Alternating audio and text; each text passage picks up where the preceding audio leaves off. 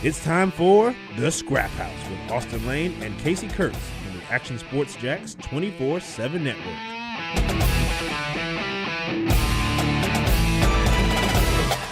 Let me tell you something. What you got, man?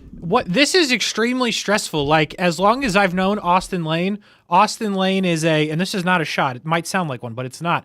Austen Lane is a 6:59, used to be 2:59. I'm guessing in the mornings 9:59 roll-in guy, right? And I'm not mad at it. I respect the game. Yeah. But I just kind of pulled a similar stunt. I got here about 3 minutes before you did. Okay. So I am stressed to the max, making sure I got the title changed. I've got no pictures. Plenty of stuff to have pictures from. Don't have a single one.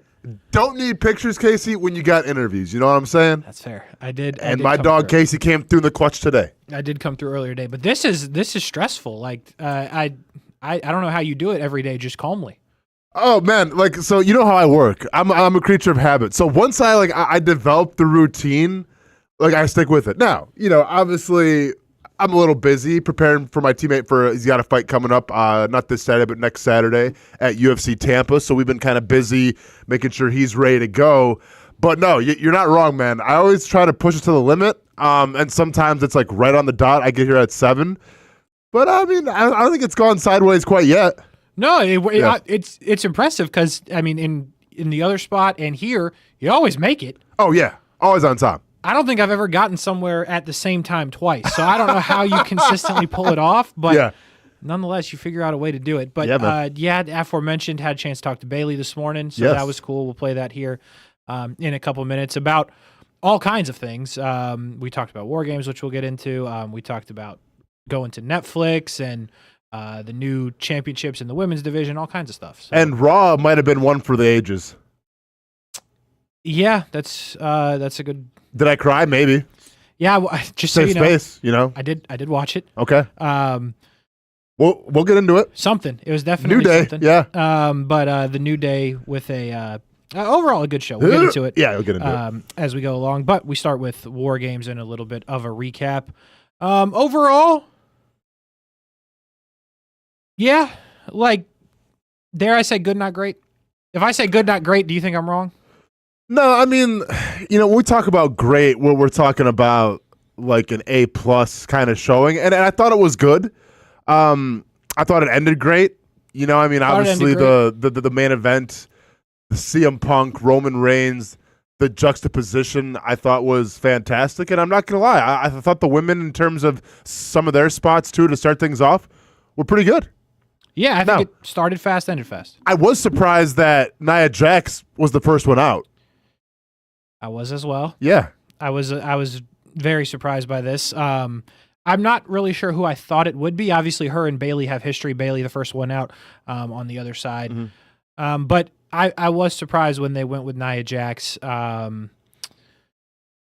Only because, again, I think it's hard to wrestle Nia Jax. Like, I think it's a difficult thing to do. Now, granted, you put her with Bayley, and Bayley's an ultimate professional, so yeah, Bayley could work with anybody, right? So I think that's why you did some of that. But for their team to decide that that's the first one they want to send out there, I was surprised by it because it felt like a classic Tiffany Stratton to get the energy going. Yeah, and they just didn't go that direction. Yeah, but you started off with Bayley and Nia Jax, who I brought up to Bayley here in a second. She took some damage overall in the match. Who knew a leather sleeve could do so much damage to your opponent and then also yourself when it comes back to bite you? Yeah. It was interesting. There was all kinds of things involved in this match, by the way. Chairs, tables, trash cans again. Yeah. Io Sky, holy cow, what are we doing with the trash can bit? Man. Again. But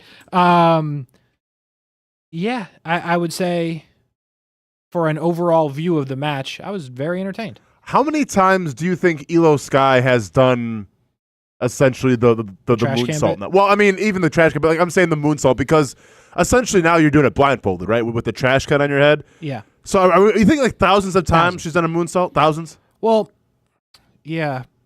I mean, she doesn't miss. I can't really compare it to anything, but you never fight somebody blindfolded, but you get my point. Like, how many times you have to do something to be comfortable to do it without seeing. Like, more times than not, I still look at when I'm texting to make sure I'm typing the right words. If I'm going to be in a fight, I want to see what I'm punching. You know what I mean? You know? Yeah. So, like, I thousands upon thousands upon thousands to do something like that because, you feel pretty good about it, I have to imagine. But once you put the trash can on, like, dude, I mean, I can't, like, you're cooked. Like, imagine doing a jumping jack. Yeah, we could all do a jumping jack. Then do it blindfolded. You could still do it, but you're probably going to be, like, a little wobbly and off balance. Like, essentially what she's doing there, man. It's crazy. It's a crazy spot for her. I was wondering about when she came into the match because, why do I always forget her name?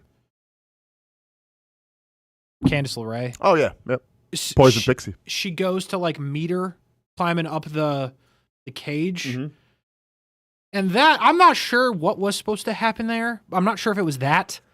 But it felt like there was, like, a slip. And then Io kind of jumped off and tried to grab her. But so, I don't know. They made up for it. Don't get me wrong. But that one, I was like, I thought we were going to get the oh, wow moment there. Sure. Not with the trash can bit, which also on the other side, you've got Tiffany Stratton climbing up and doing her own thing as well. Yeah. On the other side. Getting ready to cash in, or so we thought, once again. Or so we thought. I'm sick of that bit, by the way. Starting to get a little stale, right? Because you had it. You had it. Who was the one that interrupted her again? Was it Io? Yes. Io Scott. Yeah. You had it. It was there for the taking, and we don't do it again, which even continues to have me concerned, by the way, that she's not going to get it. Before we get into the interview with Bayley, I want to set it up with this. We still haven't figured out who put Jade through the windshield, yeah? Still hasn't been figured out. It is still unconfirmed at this time. Do we think in the ultimate heel move, because she had nothing going on, Bayley did it? Well, I'm going to be disappointed if Bayley did it because I didn't ask her about it. Oh, no, I mean, I figured you wouldn't, but yeah. No, I didn't even, but I'd be a little disappointed if I had the one-on-one, the exclusive, and it turns out Bayley's the killer. I'll be a little upset. What happened on the Scraphouse? If you asked her, she's like, yeah, it was actually me. Like, that was the breaking news. Yeah, as it turns out, I probably should ask that question, huh? Honestly, it didn't really dawn on me until, like, right now, though. It's not like I had this in the back of my mind. Yeah. It wasn't in the chamber at all. I kind of brought back to me because I'm like, oh, yeah, she was kind of like the last-second entrant. Yeah. I don't think it was her, though. I'm still standing by it was Naomi for some reason. Maybe. I just think now you have, like, Damage Control seems to be faces, so then maybe you flip Bayley, like, the ultimate heel. I don't know. Possibly. I mean, she had a moment. Did she have heelish tendencies in the interview, Casey? A little spoiler. Oh, no, okay. She was very friendly, and we'll just go to it. They get the win. Yeah. Rhea Ripley obviously comes in. Still throwing headbutts. We didn't even mention Rhea Ripley, by the way. Still throwing headbutts with the broken orbital bone, yeah. Which is just mad. Take off the mask. I'm still going to hit you with my head. Really great spot, though, for the finisher, putting Liv to the table. Yes. A little satisfying for everybody, I think. Yep. Overall, again, I thought very good, but I still think you've got a lot of we're still doing this moments, and Rhea Ripley, Liv Morgan, we're still doing this. Yeah, we're still on that, huh? She pinned her. So she's getting a title match. So, yeah, we're still very much there. And by the way, real quick, just Raquel Rodriguez, who got 0 pop. Yeah, I thought she was actually pretty decent. I thought she had some. I thought they all had moments. In fairness, no, obviously it was catered to all of them to have a certain moment, and yeah, I thought she was, she doesn't really get a lot of shine during like the regular scheduled Raw and everything, but I thought she had a nice little showing. But yeah, just doesn't. Because once again, like this is the story with Raquel. She just kind of came out of nowhere, no rhyme or reason. You're in the Judgment Day, cool. Yeah, like there's no one's really emotionally invested, at least yet with her. Like, yeah, she cost Rhea the title or whatever, but yeah, why? Why? Why is a good question. But as we've mentioned, Bayley was the first one in to the War Games structure, if you will. That was a big thing I was wondering about, which I asked her about, which you're about to hear. We talk about, again, all kinds of stuff, just preparation for the match, all the kind of going on with WWE, going to Netflix, and it was really good. So here's 13 fantastic minutes of a WWE, the first Women's Grand Slam champion, and the woman who hopes to be the first United States Women's Champion. This is Bayley. Well, for one, I got my first War Games win. 3rd time's a charm. Guess I just needed, well, I can't say I needed Rhea Ripley because she lost on one of our teams the other year. It was wild. Those matches are always, super unpredictable to be a part of. But I was excited just because of the stacked set of girls that we had. It was like and I wasn't even supposed to be in that match. So it was a little, I was nervous about getting my gear on time. I almost didn't.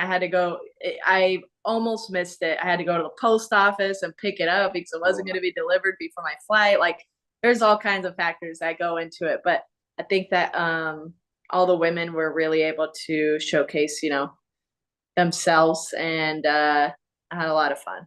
Yeah, it was awesome, and that's crazy. You almost didn't get your gear.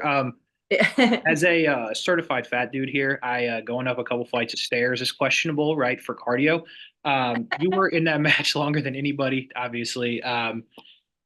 It's obviously way different than any other wrestling match. Like, what does the preparation for you look like? And you were, like you just mentioned, you were late into it, obviously, with what happened with Jade. But what does it look like for you getting ready to perform in a match like that?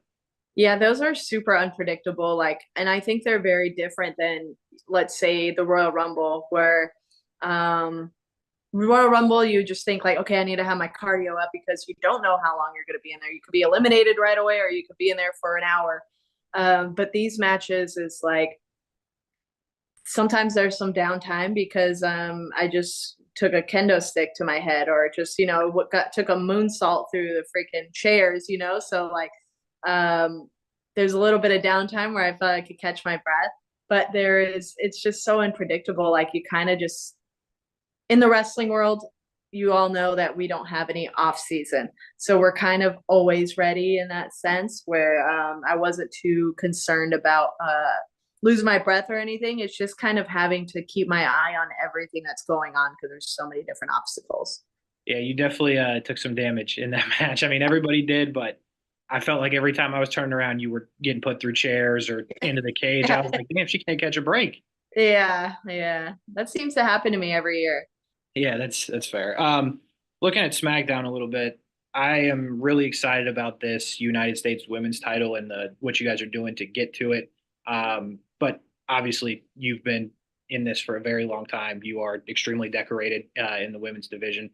In your opinion, was now the right time to do that, to bring a new title to SmackDown? There'll be one on Raw as well. But I mean, this division has been extremely competitive, thinking back when like Becky and Charlotte and you and Sasha, and then it's continued to develop into what it is now. Do you think now was the perfect time to do this and add this new championship? Yeah, I think it is. I remember doing interviews a year ago, and I would say a year ago, no. Like, one of the main reasons was because we had the women's tag team championships and they just weren't being utilized. And I was like, well, if we are not using those the proper way, then how are we going to use another title the proper way?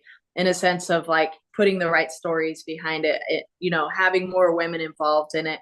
And we all know the tag titles struggle a little bit with getting going, but at the time, Jade and Bianca had they've had such a good run where they got people talking about it. They got more teams involved.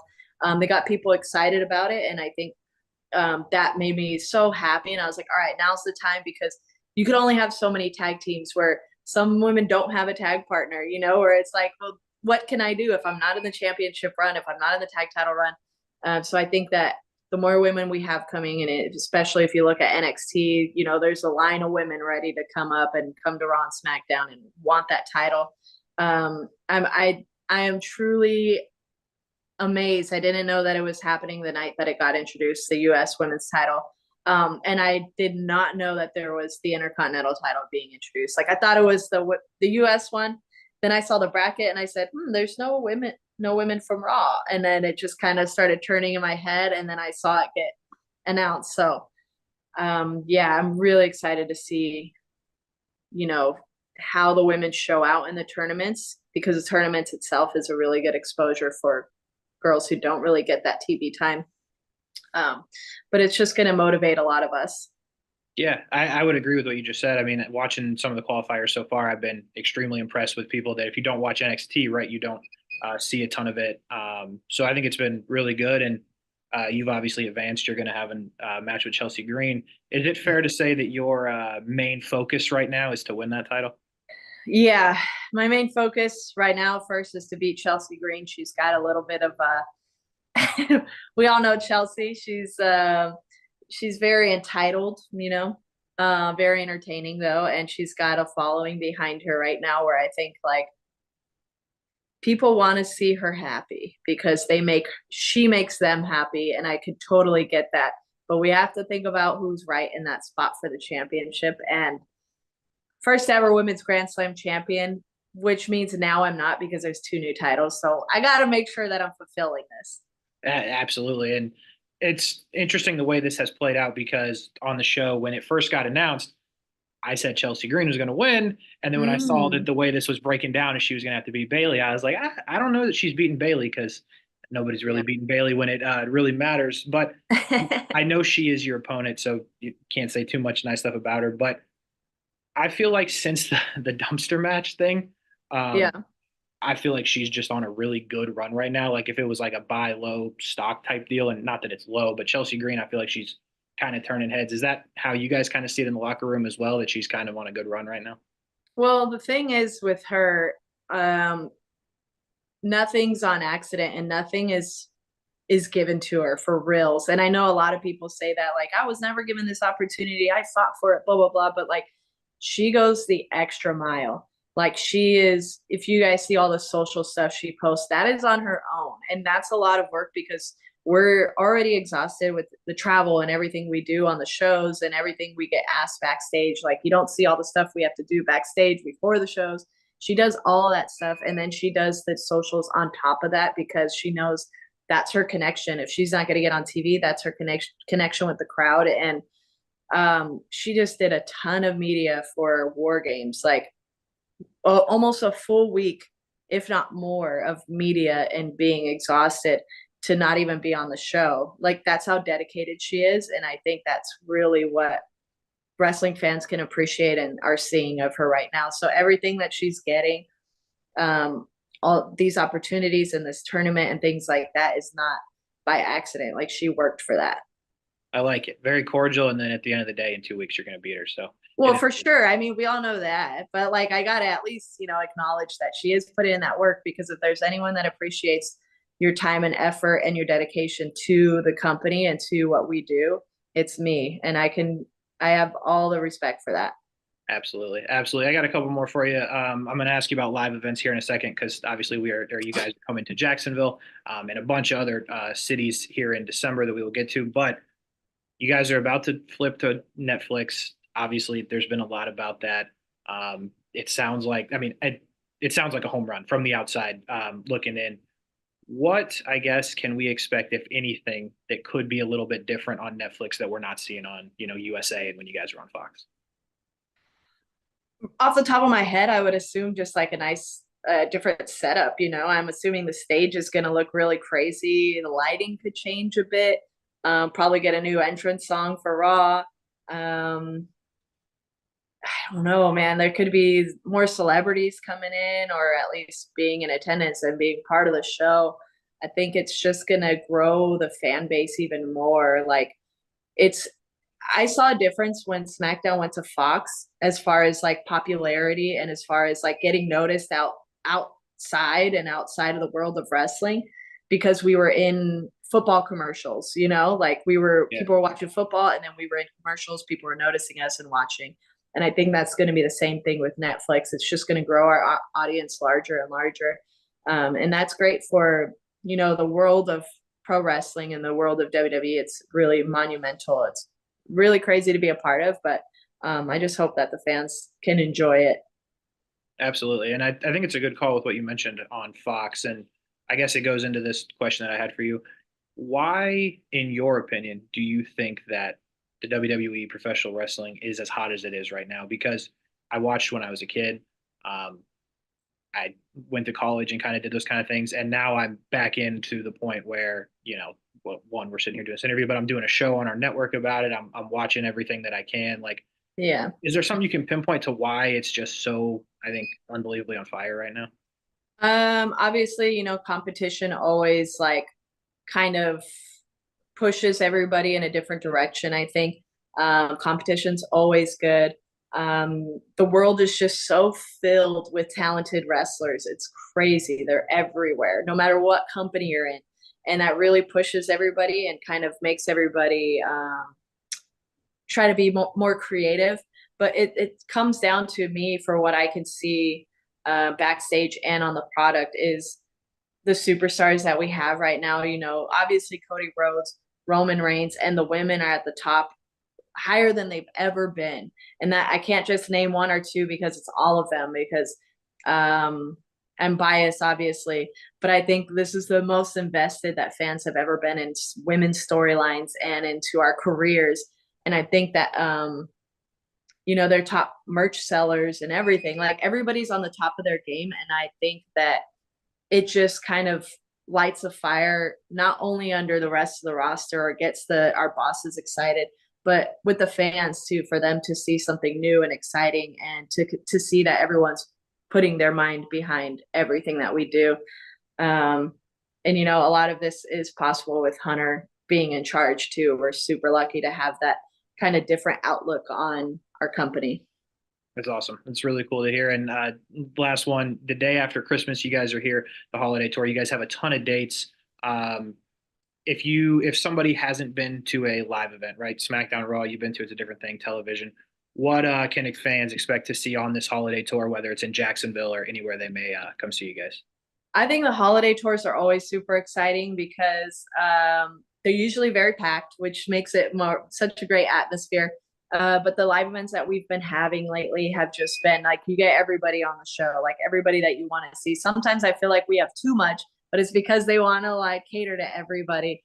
And I don't know if these are happening, but you have to come and find out yourself. But we've had cage matches, we've had street fights, like we've had all kinds of different matches. And it's just a really exciting time. The holiday tour, I feel like they always put out an extra oomph for the fans.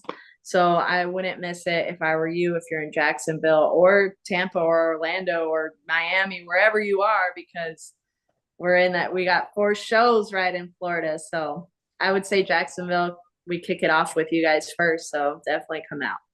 Absolutely.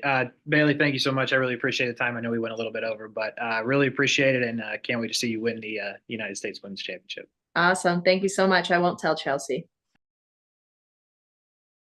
Those Chelsea Green questions were for you, by the way. Thanks, man. I appreciate you. Dude, nicely done with the interview, by the way. I tried. I was kind of bummed I had to miss out on this one, but no, you absolutely crushed it. Just wait, man. You're going to keep messing around with that, and you're going to be working backstage in WWE in no time. Or AEW. Maybe Tony tries to steal you away. Who knows? I was surprised. I wasn't surprised, but I was intrigued what she was going to say when I asked her about why everything is so on fire. And she said, competition. Yeah, she admitted it. Yeah. Yeah, no, that was a great interview, man. She was great. Yeah, she was good. So that was Bayley. She gets a win in War Games, and again, we appreciate her time.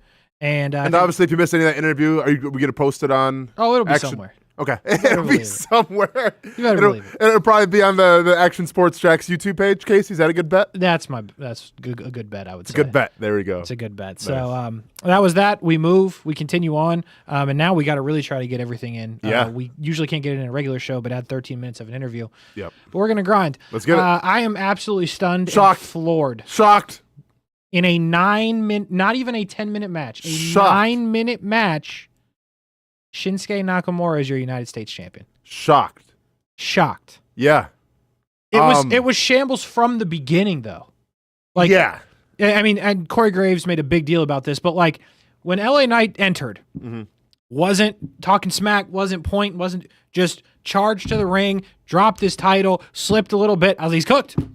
He's done. Yeah.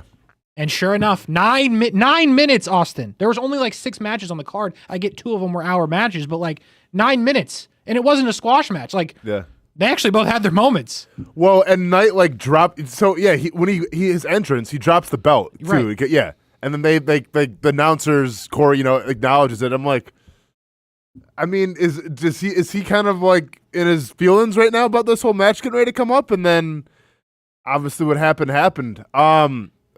I love the curveball. I'm not going to lie. Didn't see it coming. I was critical of the match. I didn't want them to do the match. We were here last week on the Scraphouse talking about how it's not right to just bring back Shinsuke, like an appealing character. We have no story. We have no setup. He's going to go out there and keep people LA Knight to try to like boost LA Knight up. And then what happens to Shinsuke? Nuh-uh. I guess we're going to have Shinsuke now and we'll get more of the story. Entrance was great, I thought. Yep. Character's great. Great. The bid is great. Like, bid is great. They looked the one thing about this match, again, I thought it was overall good, but the way I kept feeling was like it was 0 or it was 100. Yeah. There was in a 9-minute match though, like there was slow and then there was boom, boom, boom, and then there was slow, and I was like, okay, but it just had like I felt like it had a weird rhythm. I don't know. It wasn't bad by any means. Yeah. It just felt kind of different, and then again, just shocking. Yeah, I mean, the first half of it was kind of just like you alluded to. It wasn't flowing, I feel like, properly. And then the second half, well, I say second half, the last 4 minutes or whatever, yeah. Then it kind of got a little more intense, yeah. Yeah. But definitely surprising what happened. I will say this, though. When it happened, my first thought was we don't have to worry about Gunther losing because they're not doing both of those the same night. Sure. Yeah. So I was like, I don't think, but I didn't see this like out of all of the outcomes, I thought Priest was winning before Shinsuke was winning, and I thought Sheamus was winning before Shinsuke was winning. Okay. See, like, I thought LA Knight was a sure bet to win. Like, he may have been my favorite. Like, if this was Vegas, bro was minus 1,000. Yeah, there you go. You couldn't have made money off of LA Knight retaining. Crazy. And he loses. What I mean, before we go to the next match, where is LA? I mean, Shinsuke, great. Can't wait to see more of the story. Who's going to challenge him next? Does LA Knight get a rematch? We'll see. What do you think happens with LA Knight now? He's got to be wanting time off. That's the only thing I can think of. I mean, dude's had the rise and everything. It's been a long time coming. I get that. He's been grinding. Mm-hmm. I mean, I'm obviously no way saying that he dropped it to get time off, but the result of that, because here's the thing, like, it's not going to be Gunther. Mm-hmm. It's not going to be Braun. I don't think. It wouldn't make any sense. It's not going to be Cody. Yeah. It's not going to be tag titles. Mm-hmm. So what do you do? Back to the mid card. Yeah, I mean, maybe there's still a little bit of the feud left, but like once again, it was such a weird feud because it kind of came out of nowhere.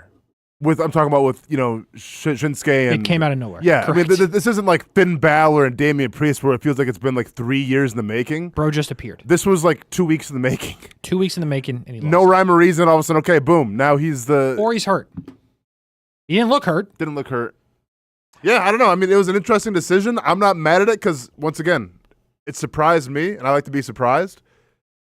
We'll see. We will see, because I really don't know the answer to that question. And, at the end of the day, good for Shinsuke. Mm-hmm. I mean, who knows? Maybe they're trying to keep growing the company after not letting him wrestle for years. They're like, all right, we'll give you a title. Please stay. Yeah, for sure. So we'll see there. Braun Breaker, Sheamus, Ludwig Kaiser. Kaiser had no business being in the match, but he weaseled his way in. Again, pretty short in terms of like just what it could, and it wasn't bad. Again, I thought it was the best of the 3 non-War Games matches. I thought it was the best of the 3. But it felt like it could have been longer, but I mean, it was non-stop action, I thought, the whole time. There are very few, and you get that with an extra person, I get it. Yeah. But I thought there were very few down moments, but I thought Sheamus continues to look good. I mean, Braun Breaker is just, in my opinion, incredible. Mm-hmm. And I'm back in on Kaiser. I was mad at him. Welcome back, man. I'm back in. I mean, with a millisecond to go on the count when Sheamus was about to win the title, and here comes Kaiser and pulls the ref. Yeah. I mean, that was nearly a disaster. No, and for Kaiser sure. got it at the last second. So what I liked about this match, Casey, like usually when you have the triple threats, no count outs, no disqualifications, like there seems to be like a lot of, we can call it tomfoolery, or like a lot of like weapons and things being used. And like you saw like the shillelagh once again, which by the way, before Sheamus, I had no idea what I didn't know a shillelagh I still barely even understand existed. what's happening. I don't get it. Yep. Hey, you know what, Casey? It ain't for us. It ain't. At the end of the day. But I did like, even in a no DQ match, the wrestling was highlighted more than kind of like the weapons and the hijinks and all this stuff. And I thought each wrestler had moments where they shined. Once again, kind of a shorter match for a triple threat, but I thought they all shined in their own segments. And Braun Breaker retains, and probably the right decision. Definitely the right decision. And listen, I agree with you in terms of like when they used outside interference. Like it added when Kaiser hit him with the it added to it. He pulled the ref out and then hit him with like it made perfect sense. Like you didn't insert it in places that it didn't need to be. Yeah, just to try to buy time. And the majority of the action happened in the ring and was clean. Like you had Sheamus kicking people, you had Braun spearing people at 1,000 miles per hour. Like. I think you could have, I mean, unless they were just gassed from giving it all for, a solid 12, whatever it was. But I feel like you could have gone another 10 minutes and nobody would have complained. No, for sure. Yeah, I thought each guy shined. Sheamus still has it, man. The dude's been doing it for a minute, still had a nice showcase. I mean, I have nothing really to pick apart and say it was bad. I thought they all did really good. Yeah, and I guess my thing with Sheamus now is like, Sheamus is just kind of in this spot where it's like, who should we have XYZ wrestle? Yeah, because it's going to be a great match. You know it is. Yeah. So I don't know who he feuds with next. I'd feel like that the Braun Breaker part of that story is done. Yeah. Fast forward to Raw for just a second. I mean, Kaiser's still upset about the situation, which makes no sense. Kaiser had no business being in the match. I'm fine with it again. But Kaiser, bro, like, call it. You know what I mean? Anti-Kaiser, Kasey Kurtz. I like him, though. So, like, yeah. But see, then I'm like, are we doing Kaiser and Braun again? Yeah. It feels that way. Yeah, sure. But the only way that it makes sense in my mind is at some point Kaiser's got to beat him. Kaiser has to do something. He's got to beat him. He can't be the he's got to take the title guy, staying in Gunther's shadow the entire time. Eventually, he's got to have to branch out and do his own thing. Yes. Yeah. So it sounds like that's where we're going with that, but yet to be seen, and then we'll see what happens with Sheamus. But I think it was the right decision as well from Braun Breaker. Big fan of the guy. I thought Priest was going to get it, man. See, I didn't. I did. I thought it was too obvious. Bro had 3 unbelievable weeks. He was killing it. I know. No, he was. He was. I don't care what you say. He would have been the betting favorite, or at least it would have been damn close. No, I mean, dude was. He had me convinced. Dude had, as the kids say, he had all the aura going into this match. He did. All the aura. He really did. Yeah. And then, of course, Finn Balor comes to. Do you remember when I said last week we're done with the Finn Balor thing, right? I do. Nah, Kasey. Hey, we're in the 3rd inning of the Judgment Day, apparently. I wish we weren't. I know, man. I wish it was bottom 8. Line, right? I wish it was bottom 8 and we were calling him Mariano Rivera. This thing was over. Let's just go to the bullpen right now and call it a day. Yeah. It just. I also thought Priest got hurt in this match. He sold his shoulder pretty well. Yeah. And then Gunther started attacking it, which I thought, okay, maybe it was part of the the plan. But it felt like something was a little off with Priest's shoulder, but maybe not. Maybe it was just a great sell job, and I bought into it. Yeah, he was on the shoulder. I'll give you that. I thought Gunther was for a moment rattled, and then I feel like he got it back. There were multiple moments I thought Priest was going to win it, and of course, Gunther doesn't fold. I don't know that I can sit here and say that I hate the way that it ended, because I do feel like it would have made no sense for Gunther to win clean. Sure, yeah, and I get that. You still have to kind of let Priest look pretty powerful as well. One complaint, and this is more of just me being a snob, I think, than anything, and being an MMA fighter. Maybe the worst triangle I've ever seen.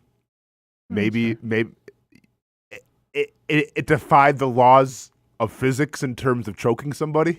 Really? If you remember, yeah. It wasn't. But once again, like, this is me. Like, I mean, sure. Obviously, someone who's versed in chokes and stuff. Because I didn't even think about it. But again, you may think back to a couple months ago where I said I absolutely hate the submission finisher for anybody. So yeah, I'm with you, sort of. Yeah. But I'm just at the point where, like, I was like, okay. But this is right up there too. I mean, and once again, this is me just being more, I think, of picky. But like, even like with not Becky Lynch, Ronda Rousey, when she had her finisher, sometimes the arm bar, it's just like, well, I hated that. Yeah, it was rough. I'm not doing this again, but I'm gonna say this again. You can't have her in real life having people tap out in a millisecond because they're literally about to have their arm broken, and then have Charlotte and Becky sit in it for 7 minutes. You just can't have it. Like it's a sharpshooter? It can't happen. like it's the figure 4. Just happened in real life. This girl tapped in 2 seconds. And Charlotte's like, I'm cooking. I'm fine. I'm all right. Break it. Yeah. Wouldn't you be kind of terrified, though? Like, if you're Charlotte in that position, like, knowing that she could just. Oh, yeah. just totally break I mean, like, in half. Even like when I'm drilling, like, you know, in jiu-jitsu class, when I'm drilling arm bars, I've been doing it for years. I still get like, I hope this, you know, like, it's just, it's because like you feel your joint getting ready to pop at any second, like a little hip thrust and boom, broken. Yeah. Is that that's what it feels like? What's that? Like the arm bar? Oh, yeah. I mean, it depends where usually it's the elbow right here. So you just kind of feel it just snap. That's terrifying. That's not fun. Doesn't sound like it. Doesn't sound like fun at all. Yeah. I would wonder if Ronda was, I don't know, because that's like her thing. But like, I wonder if somebody else was booking it at the time and not Vince, if that would have looked differently.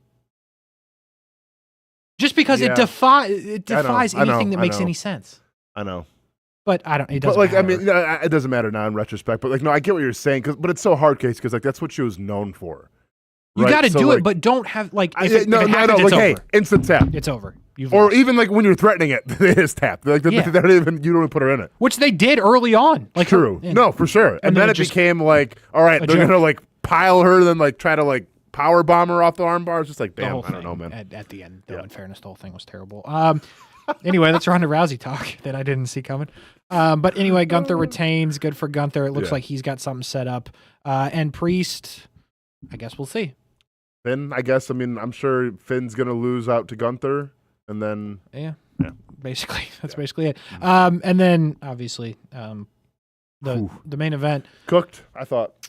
Yeah, an interesting point that Michael Cole brought up, but also everybody noticed. The new bloodline the old bloodline coming in all to their own entrance music. Yeah. Solo's Not team really on the obviously. Same page, Yeah. Solo's team obviously very much on the same page.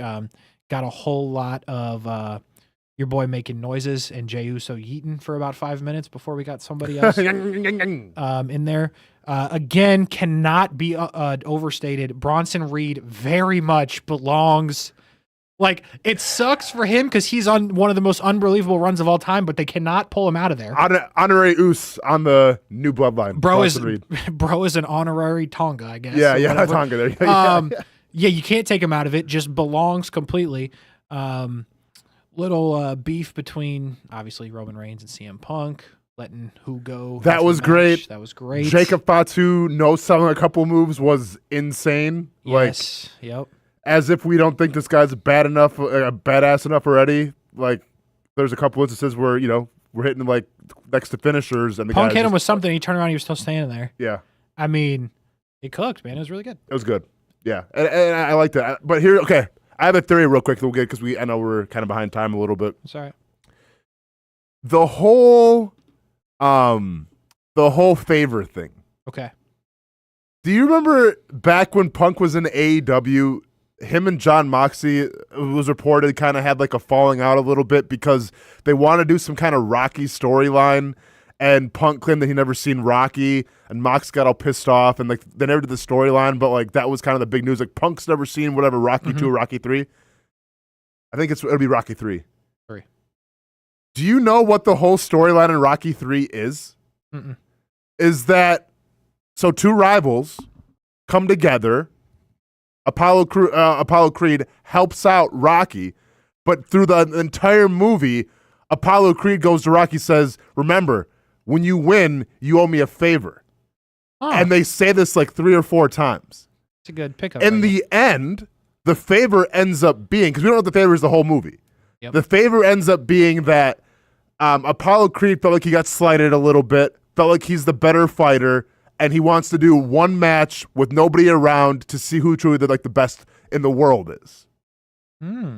I think this whole thing with the favor and Paul Heyman is a giant middle finger to AEW, and eventually Punk's going to come back and ask that he wrestles Roman Reigns for the title. But obviously that makes a lot of sense. Yeah. But I think it's going to be more of, hey, remember, like I didn't want to do it in AEW, I'm going to do it in WWE now.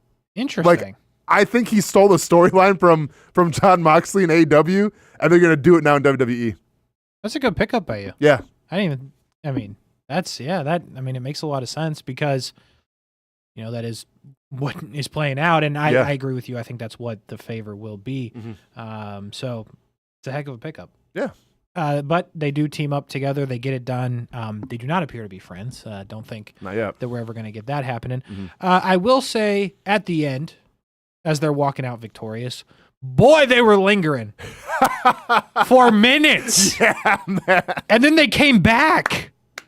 And I was like, what? Where? Like, is someone coming out? Yeah. Nope. We're just, I watched an extra 2.5 minutes of my life. Of those idiots standing there pointing. No, I'm like, dude, is something happening? Yeah, let it breathe, Kasey. It was breathing. It was breathing. Oxygen tank, everything. Oxygen intake was at a maximum. No, I agree with you. I thought something else was going to happen, especially for the second, because like they pose, they walk, they come back. They all had their backs turned they pose to again. the ramp. I thought something was coming for sure. They had their backs turned, and the board was above it. They could, and I was like, dude, it's going to be The Rock. Yeah. Yep. Nope. Nothing. They were just real happy. And I was That's like, a good point. You know what? Honestly, like, for as much as that affected me, I completely forgot about that moment too as well. I was upset about that. But nonetheless, it was a good match. And obviously, we're not done with this. Mm-hmm. But that was a good, whatever this run is of this story. Yeah. I feel like this, in some ways, does close for now an inning. Yes, an inning. Yeah.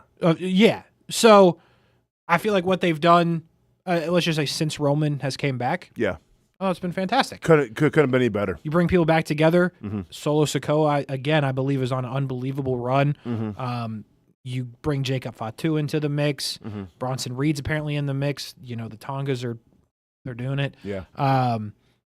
You got the Usos back. I mean, home run. Yeah, absolutely. We'll see where they go from here, but something does have to happen. Mm-hmm. Like I maybe that's Punk, maybe worse. But then the other part of that is like you got to get Roman. Roman still has to wrestle Cody Rhodes.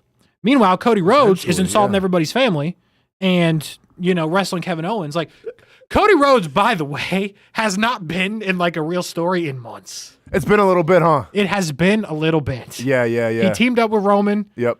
Then did nothing. Mm-hmm. Then did a little bit more nothing. Yeah. Wrestled somebody random, I think, and now is going to finally wrestle Kevin Owens. In a couple weeks. But anyway, that's War Games. Pretty good show. Quality. I wasn't mad about it. Monday Night Raw in Washington. Seattle, right? Seattle, Washington? It definitely wasn't Seattle. Wasn't Seattle? And it was like Everett. Okay. The hell is Everett, Washington? Well, loud crowd regardless. Loud crowd, but Everett, Washington. Yeah, I mean, I don't know. Kasey, let's go to the Kasey meter here of Everett, Washington. How are we feeling about it? It sounds like a place I would not go. Yeah, but it's like it's in the beautiful Pacific Northwest though. At least it's not like in farmland. Like you're not like in Omaha or something. Yeah, but see, here's one thing I'm not a fan of, and that's time zones. I think they're stupid. I understand. I mean, you get it though, right? Oh, I get it. Okay, cool. But I just think it's stupid. Okay.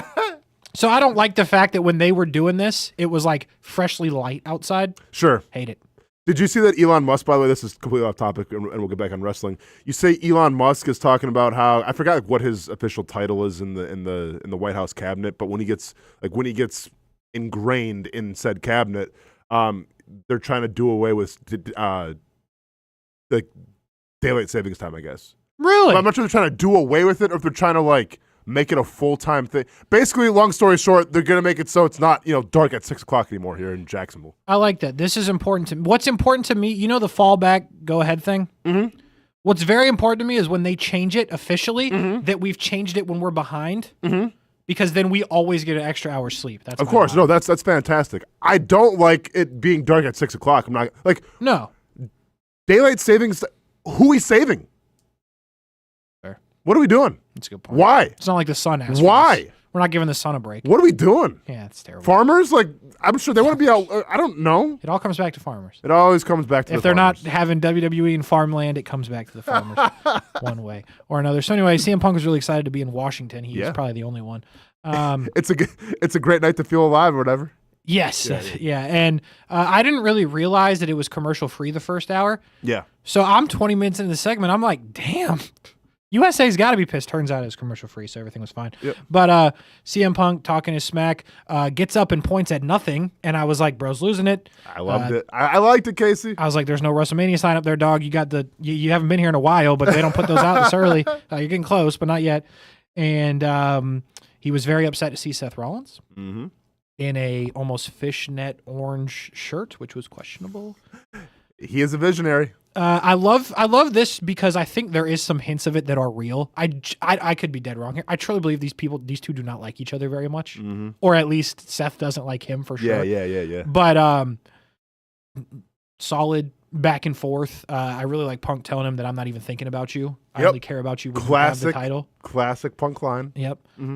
Just quality, and then Sami Zayn decides to get involved in this as well. Yep. Jey Uso as well made an appearance. Jey Uso as well when these two started squaring off. But I was convinced we're going to get Punk and Seth, but now I'm wondering if we're not.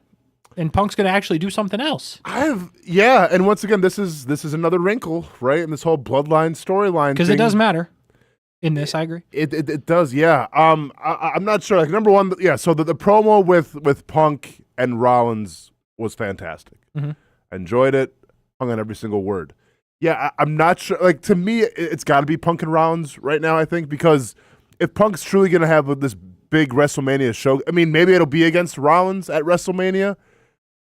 I don't know. But it also makes sense to kind of get it out of the way now. Yeah. I would think. I don't know. I just believe maybe Punk and Rollins does big numbers at WrestleMania. It would. Punk would do big numbers anywhere, but true. I just feel like Punk is probably wrestling. I know there's only two of them, really, but I feel like Punk is wrestling one of those two matches in WrestleMania, whether it's Cody or Gunther, whoever has those titles. But, like, I don't know. Roman. If Roman gets it back somehow, I don't know.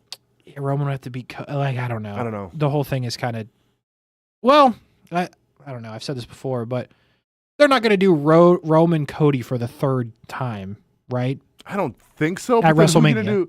Maybe like Cody and The Rock or something, right? That would make sense. Well, if you take the title off Cody and give it back to Roman, then CM Punk Roman makes a lot of sense, and then Cody can do The Rock. Yeah. So maybe, but then Seth is like, well, damn.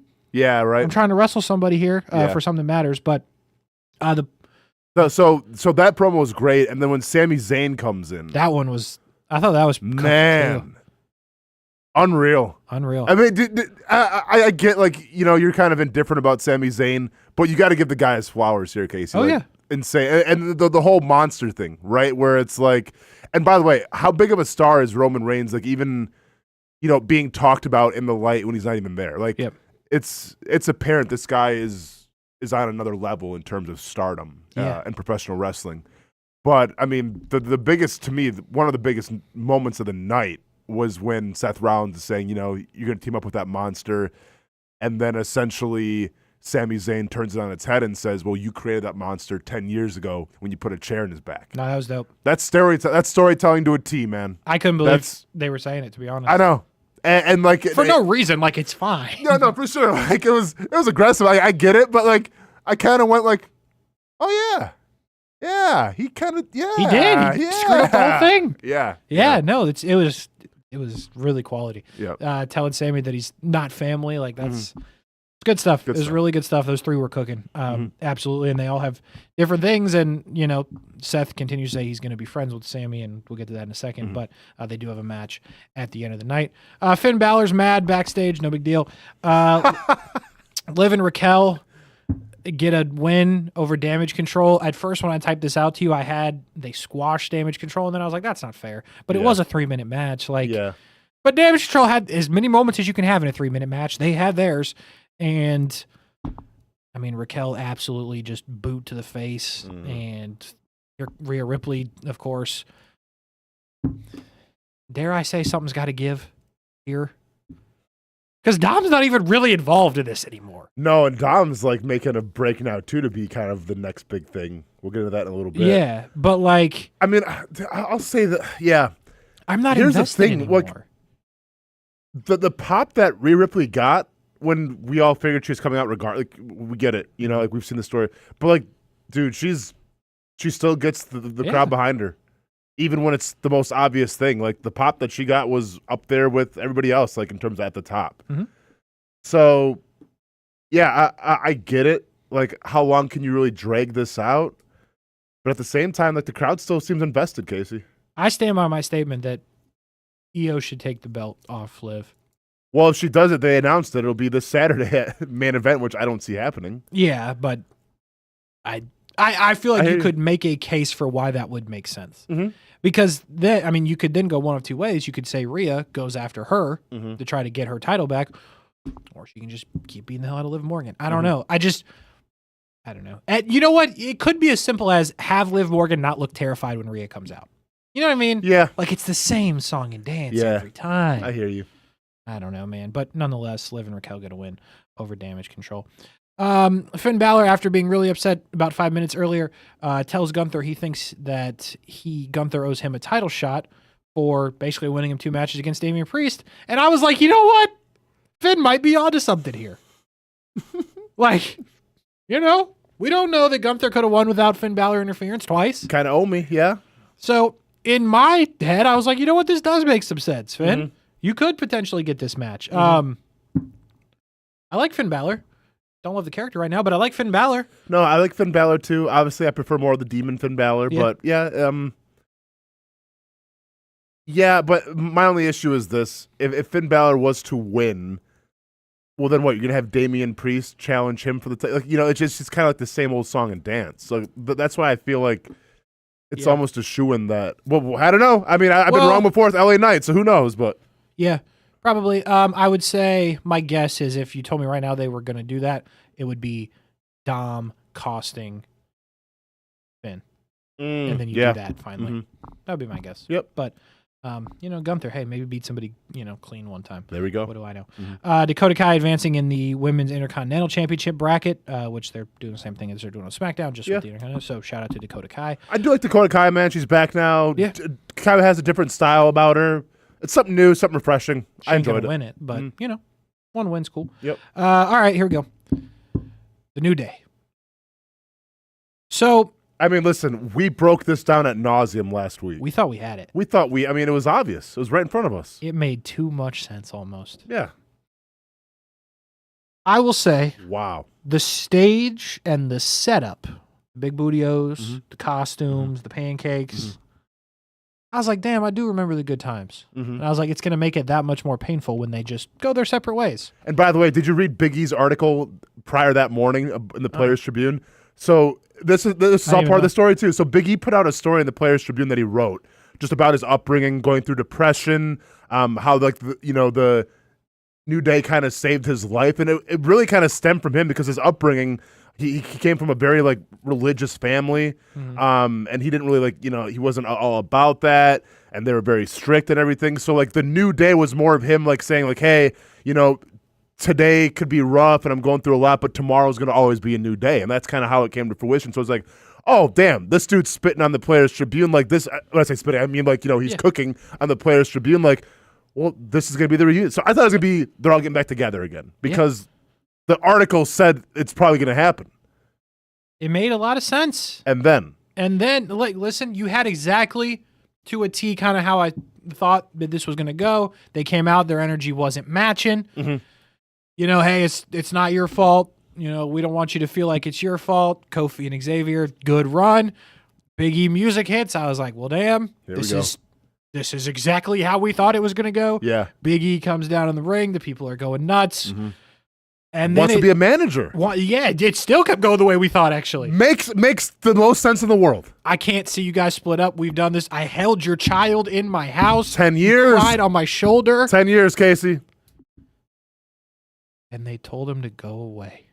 Yeah. In the most hurtful way. Listen, man. I was stunned, bro. And once again, like, I think what put it over the top for me was the personality that we've come to know with Big E, just being this boisterous, this jolly giant, right? And then to see his face just be crushed from the things that they were saying, and then like once again, it was real. I mean, it seemed real, and props to Kofi and Xavier for following through with it because it was grade A acting. It was a grade A performance, and dude, I felt crushed because they kept patting on Big E's face the whole time. Like, hey, what are you talking about, man? Like, and then, but here's the thing. Like, I don't think it's the end, right? Like when Rollins hit Roman, and you ended maybe the greatest faction ever, it felt like, okay, that might be the end of it. Mm-hmm. I don't think this is the end of the New Day. I really don't, especially on a stable or whatever, a tag team that turned into a trio that was based around kids and having a good time. You just can't walk away from it. And the fact that they brought up Stone Cold Steve Austin, breaks his neck. They brought up other wrestlers, Kurt Angle, Edge, all broke their neck, and they had surgery. Big E didn't. Like, the fact that those names are getting uttered in the promo, it leads me to believe that Big E's not done. I don't think so. Really? And I want you to picture this, man. I think maybe he is done, and maybe it's wishful thinking, but if we're talking about Xavier Woods and Kofi Kingston at the Royal Rumble, because this is what we thought. We thought, all right, Xavier would cost Kofi, and that would be the whole feud. No. They work together now at the Royal Rumble, clean house, and then the last entrant of the Royal Rumble, when they're still in the ring, Big E is Big E. That'd be crazy. Imagine the pop that would get. That'd be nuts. That might be one of the greatest pops in Royal Rumble history. That would be crazy. Yeah. That's a good call. Yeah. And you got like Big E Langston, like Big E when he was with AJ Lee, Yep. Big E, and just is on a tear. Yeah. Like, here's the thing. I do think this is it for new. I don't necessarily think that this might be it for like Big E. Like, I think your scenario fits, but I do think this is it for New Day. I think like Xavier and Kofi, who are now aligned in hate, are going to do like the bad day instead of the New Day. Sure. Like, you have a bad day. Yeah. Yes, you do. And here they come. Yeah. I like it. But I don't think this is over. But I do think that I think Kofi and Xavier are going to do this dance still. Yeah. But I do not think they're coming out with the New Day music, and I think it's going to be completely different. Is my guess. Man, yeah, I agree with that as well. But they haven't entered they've done those. They've gone out to the New Day music for like 10 years. I know. And by the way, too, looking back into it, I saw this on Twitter. So, you're not probably a big anime guy, but the whole time there was clues that they're actually going to team together because both of them rock the M, which is the Majin symbol from Dragon Ball Z, and it basically the Majin symbol represents that when if you don't feel powerful enough, you can kind of turn to the dark side a little bit to gain more power. And if you go back to promos with these two guys, at each separate occurrence, one of these guys is wearing the Majin symbol, like a necklace, I think it was. One was on the trunks and everything. So there was clues there of what was going to happen, kind of anime style, if you're into that whole thing, which I never even picked up on, I'll tell you the truth. But so that's kind of crazy as well. Dang. Yeah. I didn't know all that. Yeah. Cryptic stuff. But nonetheless. Do you think, Casey, is it wishful thinking, or can we see Big E back in the Royal Rumble? I hope that's the case. I hope you're right. I don't think so. Yeah. I think it's just... if that's like the last time we see Big E in the ring, come on, man. You can't do it like that. You cannot, Casey. I will say there's definitely something to pull from of naming the other guys and saying, you've had 4 years to do this, you didn't. So, yes, they might have been dropping something there. Good call. All right, I think we got 2 more minutes here. We've got 2 minutes. We got Dirty Dom and Gunther. This was unprecedented, I feel like, for Dirty Dom, who didn't get the win. Bro was cooking. But now the crowd's behind him. Dude, which is crazy. That's the biggest thing about this match. Yeah. The crowd was into it. Dom would do cheering some stuff, and they were like, yeah. The dude with the most nuclear heat now is getting cheered for all of a sudden. You hate to see it. Well, you hate to see it, but also... What a turn. It's a testament to, dude, give this guy 2 years, he'll probably be the champ. Oh, no doubt. Yeah. He's very good. There is that part of it. So maybe get rid of Liv and do that. But anyway, Finn comes in and attacks Gunther. So we'll see how that plays out. Who attacked Jey Uso? Do we have a guess? I got nothing on that. I do not think it's CM Punk. I don't think it's CM Punk too. It's too obvious, I feel like. I don't know. Yeah. It's going to be the ultimate swerve, right? That's kind of the guy that could be Swerve Strickland. that we least expect. Maybe he attacked himself. That would be something. R-Truth gets the win over Pete Dunne, otherwise known as Butch. His name's not Butch. It's Pete Dunne, I guess. Seth gets the win over Sami Zayn on a roll-up when they were saying he said, I did not attack Jey Uso. And an appearance from Drew McIntyre. Mr. McIntyre in a hoodie. And by the way, hey, Tessator, that energy should have been used when Rhea Ripley made her. Oh, it's Drew McIntyre. Oh, here comes Rhea Ripley. Yep, that's right. Back with her face there. By the way, I think you're onto something. I think they told Tess to cool down. Oh, yeah, dude. He's I know. And I don't like it. It's so annoying. Ramp it up. Ramp it up. I know, Tessa. Dude, I always go back to the beads. It's my favorite Joe Tessitore call when CM Punk, and he's swallowing the beads. I mean, dude, bring the energy, man, because it's like we celebrated McAfee for it. Why can't Tessitore have that too? I agree. All right, man. That's a beautiful shot of Jacksonville. It's cold as hell out there, by the way. So cold. Be careful. Wear a jacket. Scraphouse. Thanks to Bayley. We'll do it again next week.